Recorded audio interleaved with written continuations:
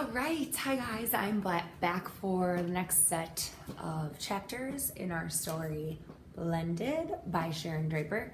If you missed it, if you weren't at school on Tuesday, I read the first 3 chapters at school. If you were at school, you heard the first 3 chapters. If you weren't at school, I posted them yesterday. Followed by the following chapters 4 through 8 I posted yesterday. So this is video number 3, starting at chapter 8.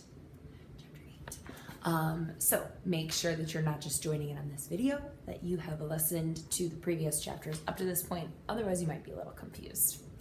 I have my cozy fire going, I have my second cup of coffee for the day with me, and I'm ready to rock and roll. All right, here we go. Chapter 8, Mom's Week. Whiplash. That's what it feels like when I'm on a ride at the amusement park and it stops really fast. Last summer, Mom took me to the Hamilton County Fair. I loved it. The tilt-a-whirl and the dragon tail and the racing roller coasters on a double track. Best Saturday ever. Then it was over. Like this week. I'm at Mom's. I feel comfy when I'm here. Then the week is over and I'm with Dad. I gotta get comfortable again and in another house with different food and clothes and rules and stuff. It gets to be a pain. It's like a weekly whiplash. At least I don't have to change schools every time though. Lakeview Mountain School is halfway between my parents' house. There is no lake nearby, no mountain, no view of anything. Well, except for some houses and apartment buildings. It's big. We've got grades 5th through 8. 5th graders look a little scared. They look like scared mice at the beginning of the school year. Did I look like that last year? They grew up to be 8th graders who remind me of sumo wrestlers, but we know we have to keep out of their way. I like the cafeteria though. They've tried to set it up so it almost looks like a real restaurant, and the food is only half bad. Today, I plot my stuff next to Heather and Amani, who are already munching away. "What's up, girl?" Amani asks. "Nothing," I reply as I grab one of her chips. Amani is tall and slim and dark, like some kind of African princess from a movie. She wears her hair in an afro on purpose. It's neat and black and perfectly round. Mine, on the other hand, is thick and frizzy, with brownish gold strands that can escape from every scrunchie ever made. The hairspray that can hold it down has yet to be invented. Yeah, lucky me. Amani dances ballet. She's really limber and can fold herself into something that looks like a pretzel. When she walks, it's almost like she glides. Boys trail behind her in silence and gawk. She ignores them, though. Nobody looks at me like that. Heather, with hair I can only describe as tangerine colored, and I'm for real, once told me she thought her hair made her look like she was wearing a pizza. Ick, I told her. "Give yourself some credit, girl. You're a fashion flame." "Hey, I like that," she replied, faking a runway pose. Heather usually brown bags her lunch. Her mom insists on packing healthy stuff, like apples and carrot sticks. But as I look at the spaghetti goo that I've picked up from the food line, her lunch looks pretty good. And we always end up sharing whatever chips Amani brings. After lunch, we take our time leaving the cafeteria before heading to English class, where Mr. Casley awaits. As we pass a table full of 6th grade boys, I throw out there in a low voice, "Have you ever seen anybody with eyes as green as Clint Hammond's? Or a face as goofy as Logan Lindquist's," Heather adds. She makes fun of him, but I know she scrawled his name over and over and over again on the last page of her English notebook. The capital L in cursive is her favorite thing to write. Heather boldly bumps into their table, jiggling it. The boys look up and pretend that they didn't. I turn around just in time to see Logan toss a French fry right at us. It lands in Heather's hair. She pulls it out and cracks up. She does not throw it away, I noticed. Toby Smith, who, by the way, is wearing a sleeveless athletic jersey even though it's the middle of January, raises both of his arms in the air and makes a stupid roaring noise, then sits back down. His buddies, including Clint and Logan, both give him high fives. Now we act like we didn't see anything, but as soon as we get into the hall, Heather says, "Ew, did you see Toby's got long, dangly underarm hair?" Amani nods. Totally gross.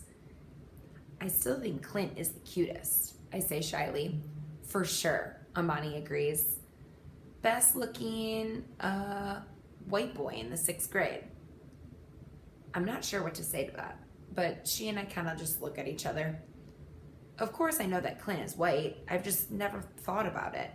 Him being white. I swallowed hard.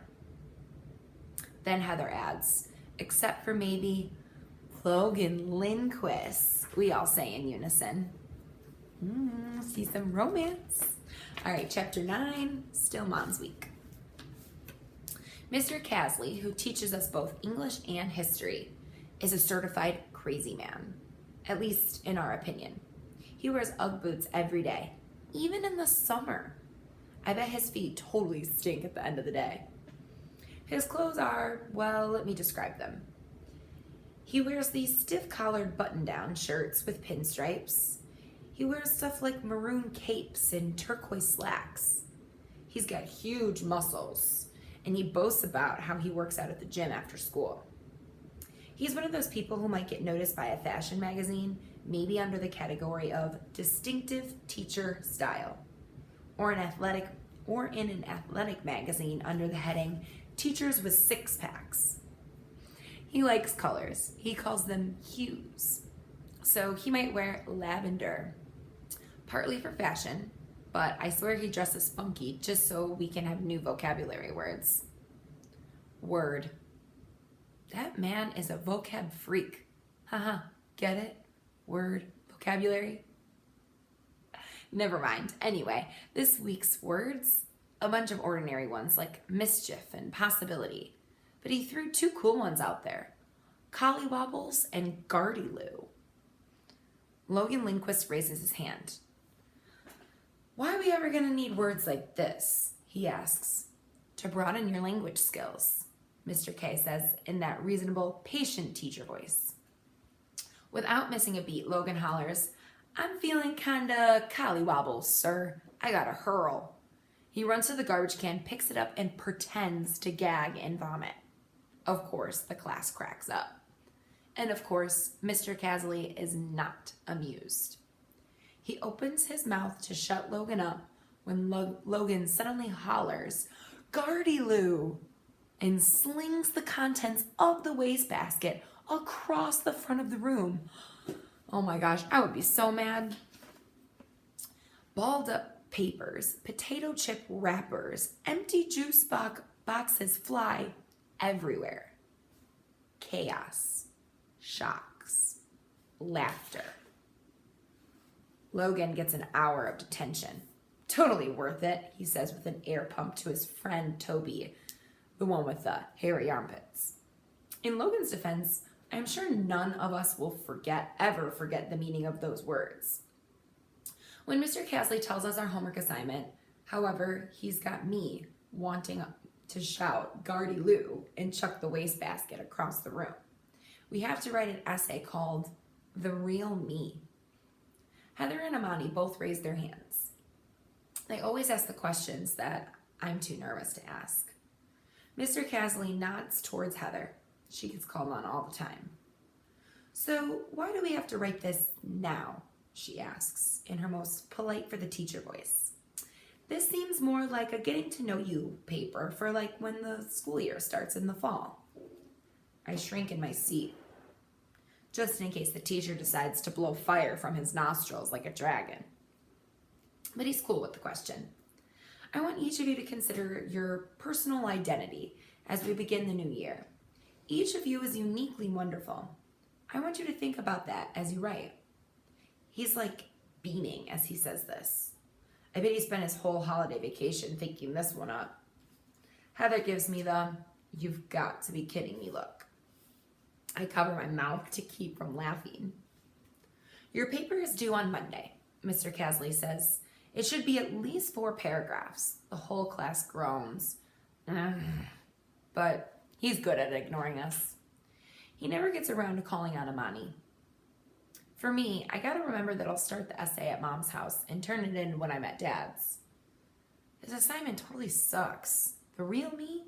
I have no idea who that is, especially since, well, there's pretty much 2 of me. Chapter 10, Mom's Week. The real me. My name is Isabella Badia Thornton. Isabella is an awesome name. It flows like the music of a waterfall. I gotta admit though, when I think of a character in a book named Isabella, she's tall, she has blue eyes, and kind of long, flowing, pale gold hair. Well, actually, that kind of describes my mom. But that blue-eyed princess is so not me. My skin is kind of bronze-colored, I guess. I'm not real tall. My eyes are a deep green color, and my hair is wild and kinky, in kind of a dirty brown color. If I'm reading a book about a girl named Isabella, I figure at some point she's going to walk on a golden sandy beach where the wind is blowing so that her perfect blonde hair can billow in the breeze. I've read that line in stories. Clearly, none of those writers have met me or my hair. My father gave me the name Badia. I think that's how you say it. It's African. It means unique or unprecedented. I like that. He told me that he and Mom had their first argument on the day I was born. She didn't want me to be bogged down by what she called some crazy African name. But Dad insisted. And he was right. When I say my middle name out loud, it lifts me up. I'm proud of it. I stand a little taller. One day when I'm a famous piano player, I'll make sure the name written in fancy script on the program says my full name, Isabella Badia Thornton. It is who I am. So that was her essay that she wrote for her class, describing who she is. All right, let's see here. I'm gonna go ahead and stop right there because our next chapter is a little bit longer of one, and she's going to Dad's week. And it's a big chapter, so that would be a good one for me to start with tomorrow. All right, so we read chapters 8 up to 11 today. They were shorter ones. And I want you to just think about some of these characters that we met today and how they're acting at Izzy's school or Isabella's school. Remember, they're in 6th grade, right? So they're probably starting to, like we saw, develop some feelings for each other, relationship.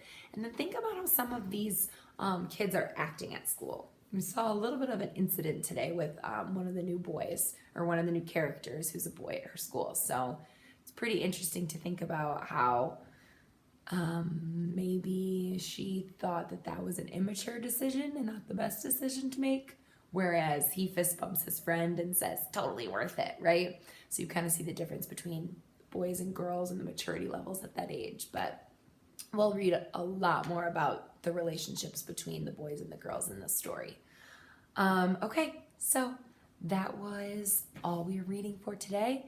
Like I said yesterday, if you have questions, comments, feel free to comment on this video, or you can have your parents send me a message through Remind, or send me an email, my personal email, which your parents all have from their Remind messages. All right, enjoy the rest of your Thursday.